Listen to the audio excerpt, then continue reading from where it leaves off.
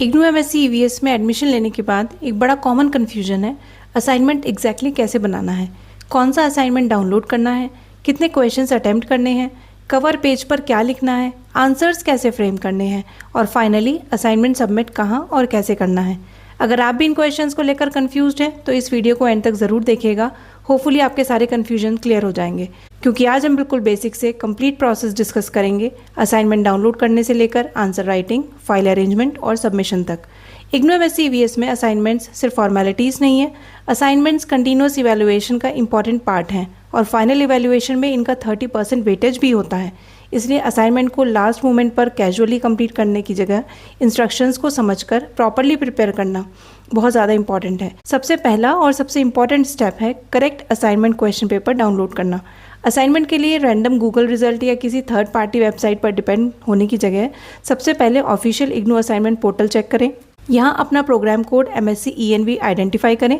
उसके बाद अपने सेमेस्टर के कोर्स कोड्स केयरफुली चेक करें। फॉर एग्जांपल फर्स्ट सेमेस्टर की करेंट बुकलेट में MEV 11, MEV 12 और MEV 13 के असाइनमेंट्स दिए गए हैं।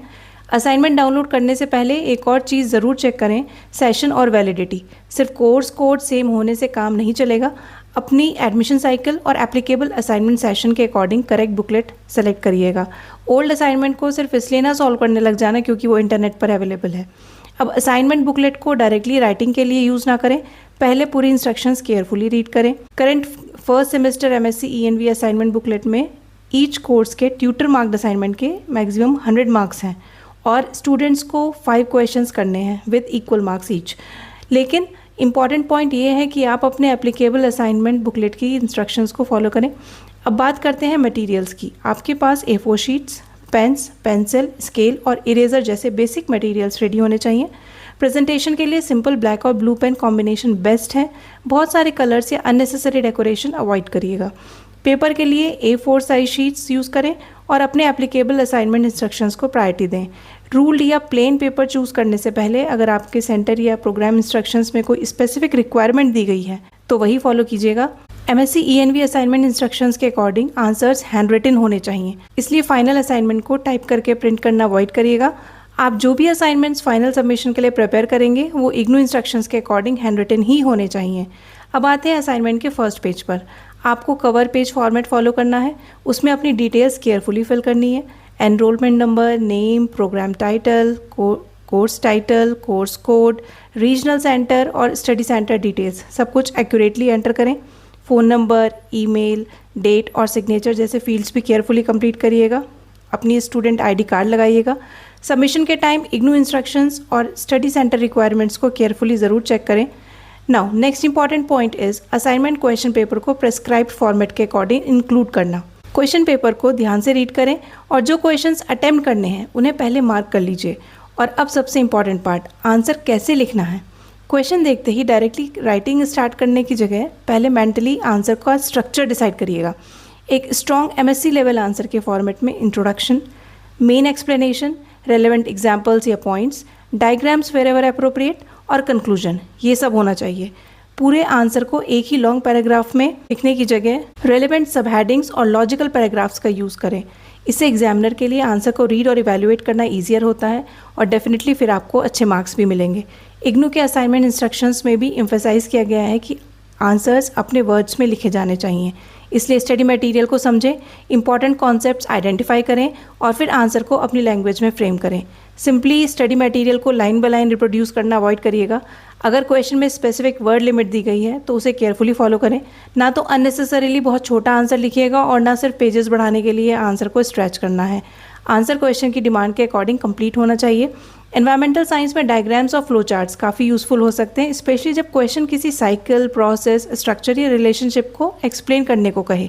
लेकिन डायग्राम सिर्फ डेकोरेशन के लिए नहीं होना चाहिए। रेलेवेंट डायग्राम बनाइएगा, प्रॉपर लेबल्स दें और आंसर के कॉन्सेप्ट को एक्चुअली एक्सप्लेन करें। MSc लेवल पर सिर्फ कंटेंट इंपॉर्टेंट नहीं है, प्रेजेंटेशन भी मैटर करता है। राइटिंग रीडेबल रखिएगा, हेडिंग्स क्लियर रखें, डायग्राम्स प्रॉपरली लेबल करें और आंसर्स को लॉजिकली ऑर्गेनाइज करिएगा।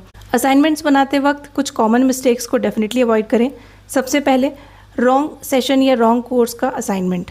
सेकंड, क्वेश्चन पेपर की इंस्ट्रक्शंस को इग्नोर करना। थर्ड, स्टडी मटेरियल को वर्बैटिम रिप्रोड्यूस करना, इट मीन्स कि स्टडी मटेरियल को बिल्कुल वर्ड टू वर्ड एग्जैक्टली उसी लैंग्वेज और वर्डिंग में कॉपी करके रिप्रोड्यूस करना, ये मिस्टेक आपको बिल्कुल भी नहीं करनी है। और सबमिशन के बाद एक्नॉलेजमेंट या प्रूफ को प्रिजर्व ना करना, ये सारी मिस्टेक्स हमें अवॉइड करनी है। सबमिट करने से पहले एक फाइनल चेकलिस्ट ज़रूर कंफर्म करें। Programme, course code, assignment session, questions, word limit, personal details और पेजेस, सब कुछ एक बार वेरीफाई कर लें। सबमिशन से पहले एक डिजिटल बैकअप बनाना भी बहुत ज़रूरी है। कंप्लीट असाइनमेंट के क्लियर स्कैन्स या फोटोग्राफ्स को PDF में सेव करके अपने फ़ोन, कंप्यूटर या क्लाउड स्टोरेज में सेफली ज़रूर रखिएगा। अब आता है final step, submission. Assignment submit करने से पहले अपने एप्लीकेबल रीजनल सेंटर या स्टडी सेंटर की करंट सबमिशन इंस्ट्रक्शंस को चेक करिएगा। सबमिशन के बाद एक्नॉलेजमेंट, रिसिप्ट या अदर प्रूफ अगर आपको प्रोवाइड किया जाता है तो उसे सेफली प्रिजर्व करिएगा। और डेडलाइन के लिए एक इंपॉर्टेंट एडवाइस, सितंबर 30 या अक्टूबर 30 को यूनिवर्सल डेडलाइन मानकर मत चलिए। आपके प्रोग्राम, सेशन और असाइनमेंट के अकॉर्डिंग डेडलाइन चेंज हो सकती है, इसलिए करंट इग्नू असाइनमेंट पोर्टल और एप्लीकेबल स्टडी सेंटर और रीजनल सेंटर इंस्ट्रक्शन से डेडलाइन ज़रूर वेरीफाई करें। तो पूरा प्रोसेस सिंपल है। करेक्ट असाइनमेंट डाउनलोड कीजिए, वैलिडिटी और इंस्ट्रक्शंस चेक कीजिए, आंसर्स को अपने वर्ड्स में प्रिपेयर कीजिए, नीटली ऑर्गेनाइज कीजिए, करंट सबमिशन इंस्ट्रक्शंस फॉलो करके सबमिट करो और प्रूफ को सेफली रख लो। और अगर आप चाहते हैं कि मैं नेक्स्ट वीडियो में एक एक्चुअल MSc EVS क्वेश्चन लेकर दिखाऊं कि 10 मार्क का आंसर कैसे स्ट्रक्चर करना है, इंट्रोडक्शन से कंक्लूजन और डायग्राम तक, देन कमेंट में आंसर लिखिएगा। मैं खुद भी MSc EVS की जर्नी पर आपके साथ साथ हूँ और जो भी ऑफिशियल प्रोसेस चल रहा है वो मैं आपके साथ स्टेप बाय स्टेप डिकोड भी कर रही हूँ। अगर आपको वीडियो हेल्पफुल लगा हो या आपकी कोई क्वेरी हो तो कमेंट में ज़रूर बताइएगा, क्योंकि कमेंट सेक्शन ही वो मीडियम है जिसके थ्रू हम कनेक्टेड हैं और मैं आपको और अच्छे से समझ पाती हूँ। तो मिलते हैं नेक्स्ट वीडियो में। Till then, keep learning and keep growing. Bye bye.